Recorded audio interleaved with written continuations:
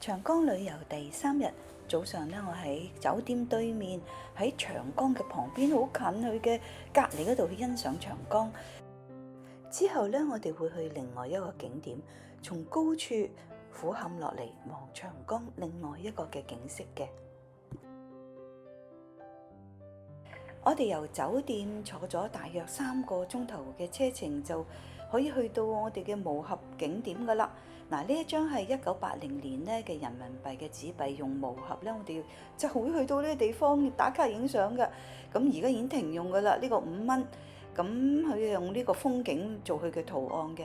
而家用嘅人民幣5蚊咧，係用泰山咧係做佢嘅風景圖案㗎。咁因為大陸所有嘅紙幣咧都係用風景畫咧係做佢哋嘅圖案㗎喎。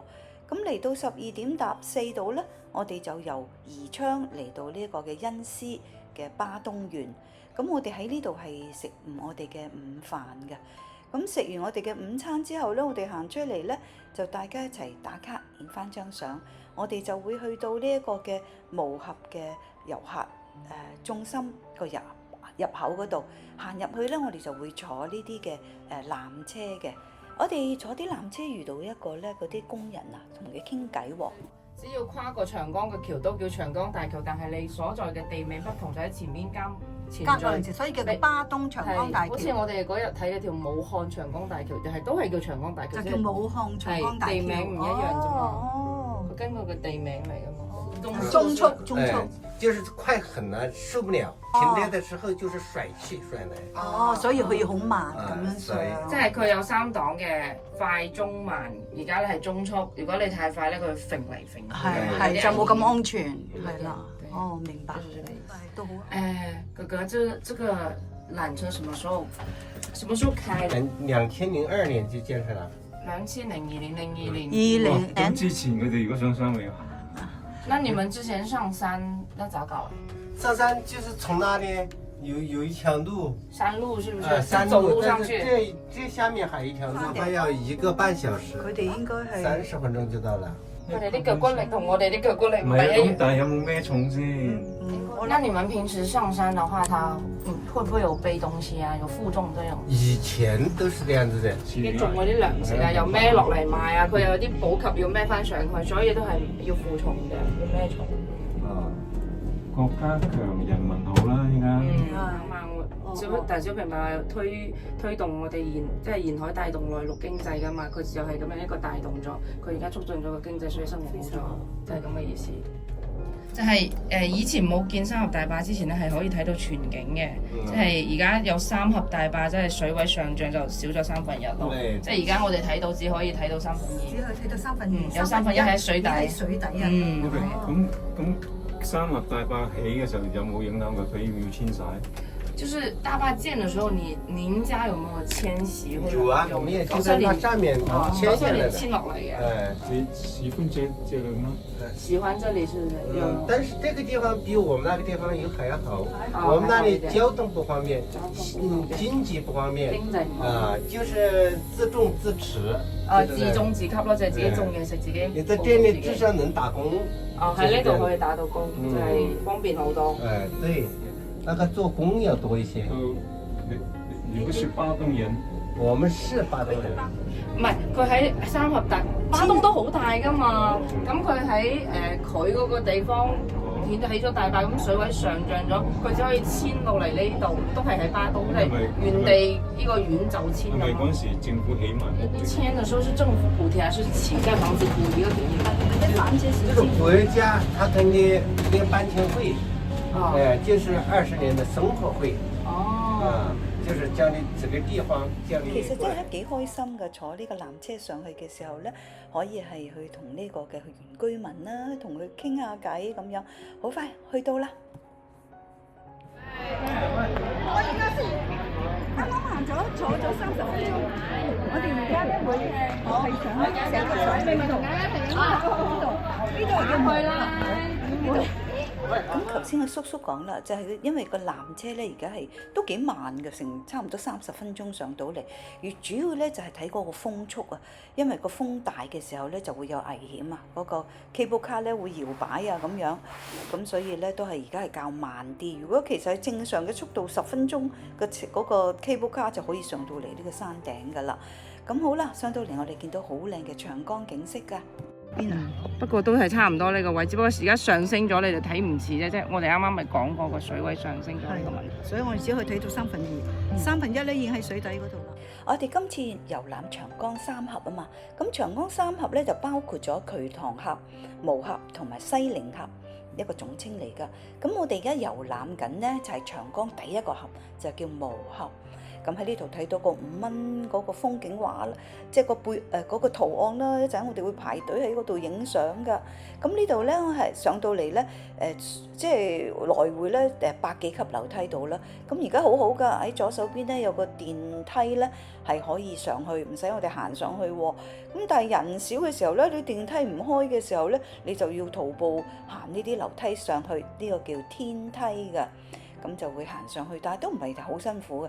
咁啊 Helen 啦，同埋啊迪迪佢哋唔行上去就喺下低坐低咧，喺度休息，喺度等我哋嘅。幾開心嘅，頭先坐 cable car 咧，同呢度嘅原居民啦，佢哋係喺三峽移民工程嘅時候咧，佢哋移民即係嚟咗之後咧，即係政府咧俾咗佢哋好多補貼啊、搬遷費啊咁樣安排佢哋而家生活係得到改善。佢哋有啲工作啊、經濟啊都好咗，咁都幾開心嘅。因為國家富強咧，啲人民咧就會生活得好啲啦，咁樣。咁好啦，我哋嚟到呢度咧就坐呢啲嘅電梯可以上去。咁如果佢唔開呢個電梯咧，就要行呢啲嘅石級上去噶啦。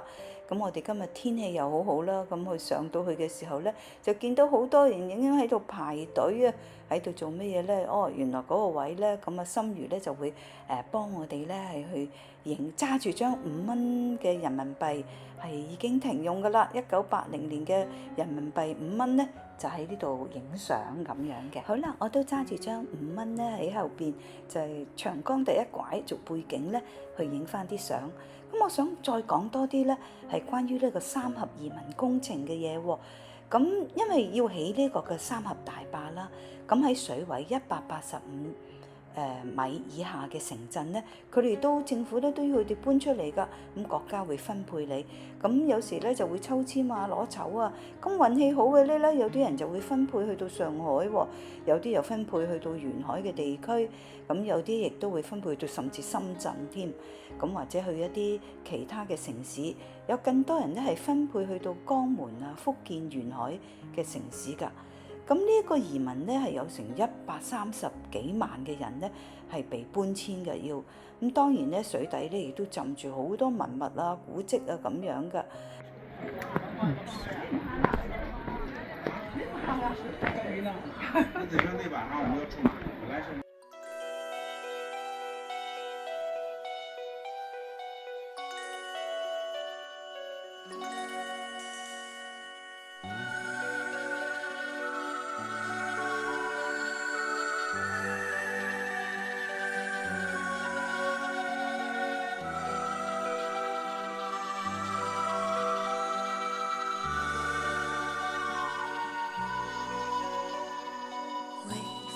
吹着浮云，细慢慢飘落大地，领着我，领着你，领着世界充满诗意。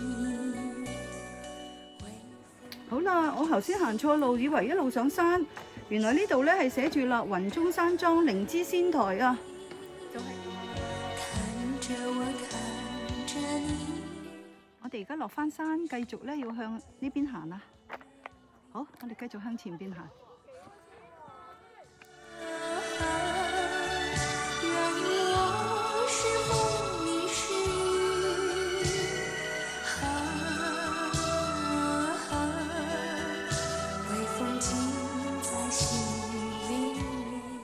我哋睇到呢個急轉彎嘅地方嘅角度咧，向前邊睇咧，大約15-16公里以外咧，嗰度就係重慶嚟噶啦。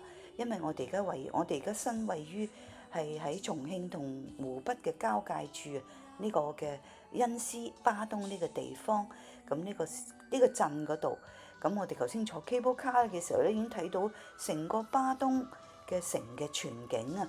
咁佢都係俾啲山咧，係周圍啲山咧係去環抱住咁樣嘅。咁好啦，我哋喺呢度高處去俯瞰去望下長江嘅景色，又真係非常之壯麗嘅喎。好啦，嗱，我哋而家繼續咧係喺長江第一拐嗰度向前行，因為咧好想行去個玻璃橋啊。咁咧雖然行咗一啲冤枉路，頭先上山啦，唔知道以為上山去揾到個玻璃橋，咁就行咗一啲冤枉路啦。唔緊要，我哋而家繼續向前行。可愛的你，看着我，看着你，看這世界多麼美麗。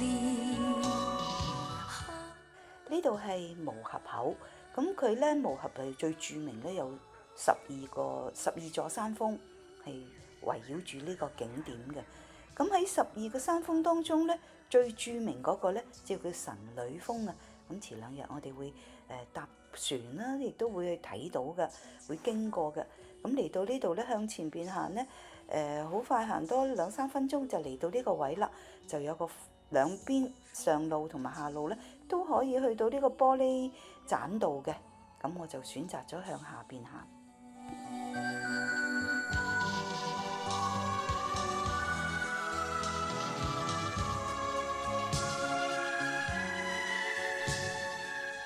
呢度就係入去呢個嘅玻璃橋嘅入口嚟㗎啦，咁啊好曬啊！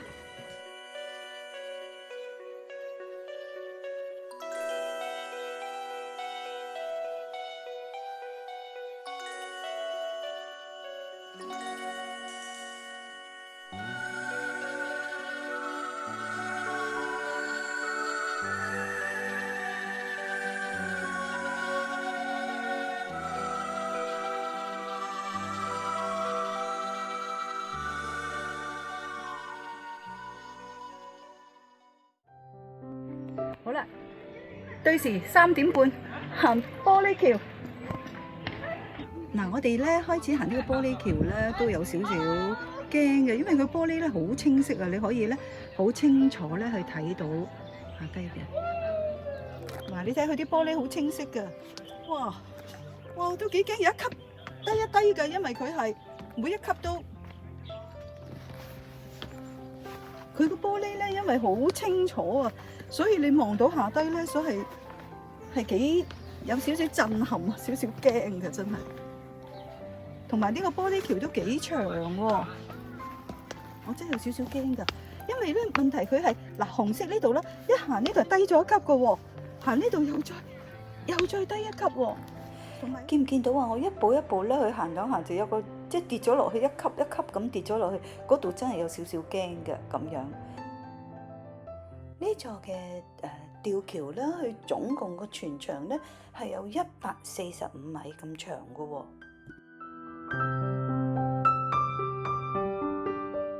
我自己覺得都行過即係去旅行都行過幾條嘅玻璃橋噶啦，咁呢個都算係較長嘅一個玻璃橋嚟嘅。咁佢嘅寬度咧係大約有差不多去到2米度啦。咁佢係一個透明嘅玻璃橋啦，佢橫跨咗2座嘅山峰噶。咁佢前後咧都係有啲階級，而中間嗰度咧就比較平坦啲嘅。一路行緊呢個玻璃吊橋，因為人唔係好多啦，我哋可以慢慢喺度打卡影相啊，甚至坐低啊咁樣。咁同埋一路行嘅時候咧，喺呢個角度啊，可以睇到喺高處俯瞰到下低長江嘅景色。咁特別咧，當啲長江水咧去遊入呢個嘅第一個峽，即係毛峽嗰度，有一個90度嘅急轉彎嘅景色，可以喺呢度欣賞到啦。咁我哋好快就望到前邊呢個嘅靈芝仙台啊，我哋就會上去呢個嘅玻璃嘅觀景台度去探遊下啦。就嚟行到噶啦，繼續呢個玻璃橋真係非常之長啊！哇，一級，嗱又有一級噶啦。哎呀，呢級好高添，好驚，好驚啊！個級好高啊！啊呢度冇咯喎，呢度冇中間，冇中間，影落去，驚啊！呢個中間冇咗條木條啊！哎呀，我要掹住側跟嗰個位啊！呢度就要行上嘅，呢個樓梯，呢度，頭先行落嘅，而家行上嘅。好啦，我哋好快可以行到去呢個嘅靈芝仙台嗰度噶啦。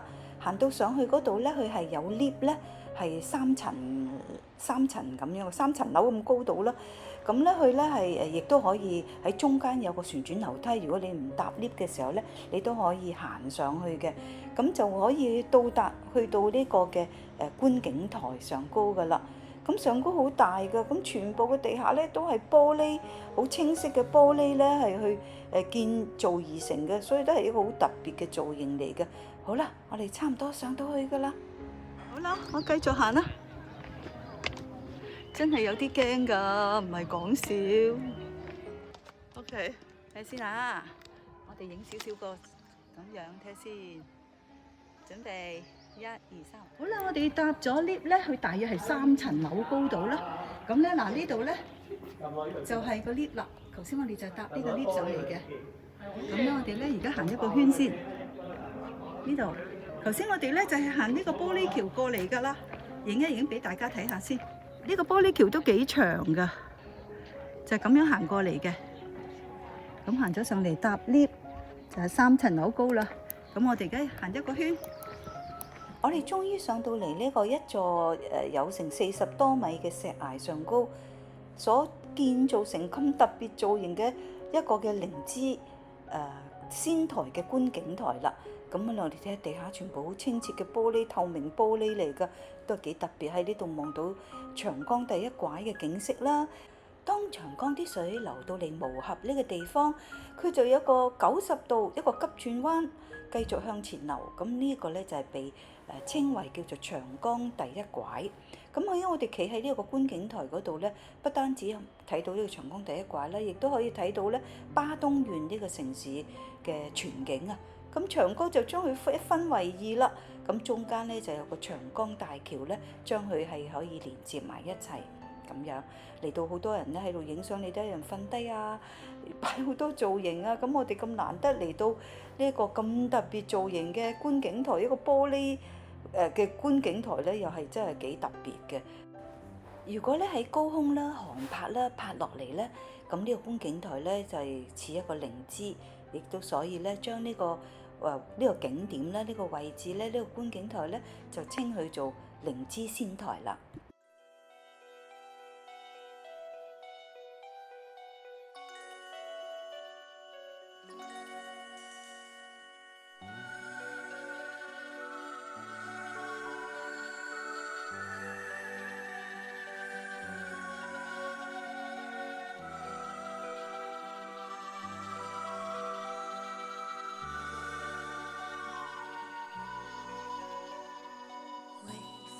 吹着浮云，细雨慢慢飘落大地，淋着我，淋着你，令这世界充满诗意。微风伴着细雨，像我伴着可爱的你，看着我，看着你。这世界多么美丽，啊愿我是风，你是雨，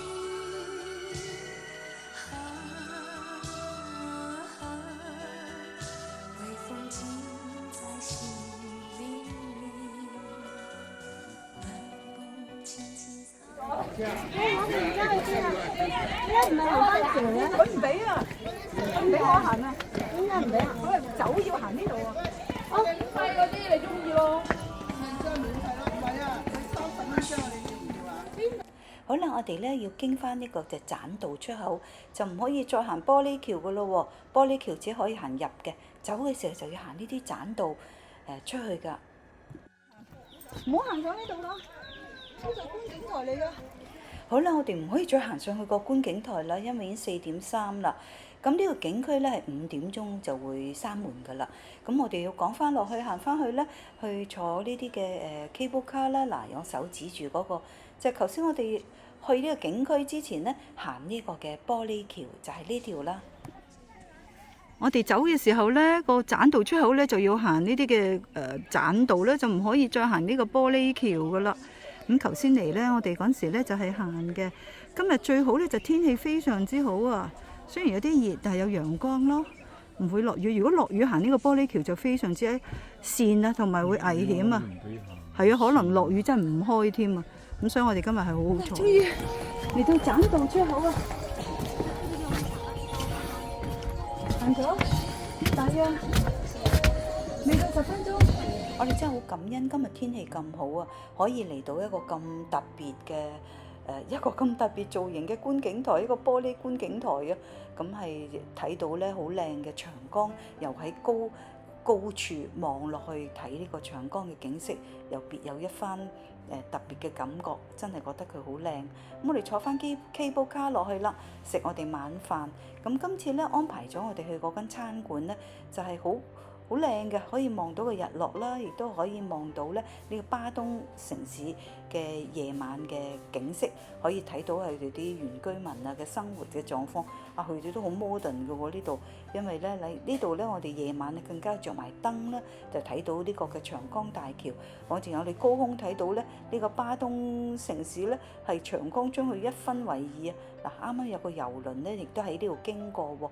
夜晚開埋啲燈飾，呢個長江大橋就將呢個嘅兩邊由長江分開咗嘅巴東城市咧係連接埋一齊。咁亦都喺呢度咧結束咗我哋第3天嘅長江之旅㗎啦。